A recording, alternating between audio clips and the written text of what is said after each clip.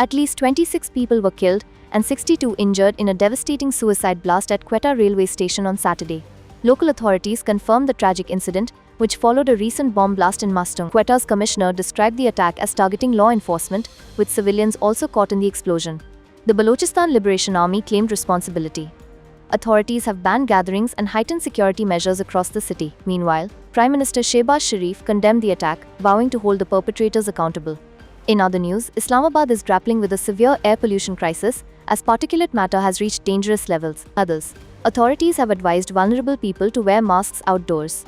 The Pakistan Environment Protection Agency has imposed fines and is urging local authorities to take action. Meanwhile, the government has launched a $50 million initiative to support climate tech startups in Pakistan. The program, spearheaded by the National Rural Support Program, aims to boost local climate resilience. In the latest developments from Gaza, multiple Israeli airstrikes have killed at least 39 Palestinians, including a deadly attack on a hospital sheltering displaced civilians. The Israeli military also intensified its bombardment of Beirut, flattening buildings in the Lebanese capital.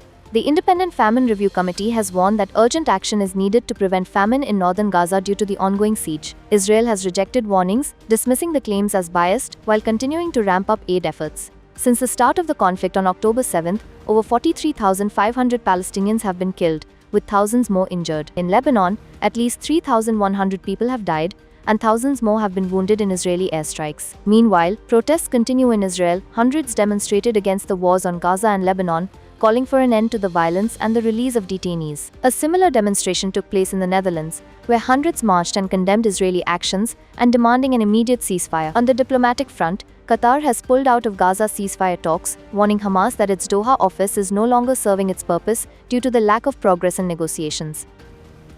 As the Biden administration approaches its final months, efforts to resolve conflicts in Gaza and Lebanon are intensifying. Secretary of State Antony Blinken has met with leaders from the UAE, Saudi Arabia and France, advocating for a ceasefire in Gaza and a peaceful solution to tensions with Hezbollah in Lebanon. In a disturbing development, dozens of Black Americans have received racist text messages invoking slavery. The texts falsely claim that recipients had been selected to pick cotton at plantations. Law enforcement agencies, including the FBI, are investigating the messages, while Virginia's Attorney General has condemned the actions and urged those affected to come forward. Separately, charges have been filed against Afghan national Farhad Shakeri, accused of plotting to assassinate former President Donald Trump. The U.S. Department of Justice alleges Shakeri, linked to Iran's IRGC, surveilled and planned the attack. Iran denies the claims, calling them part of a broader Israeli-backed strategy to escalate tensions with the USS.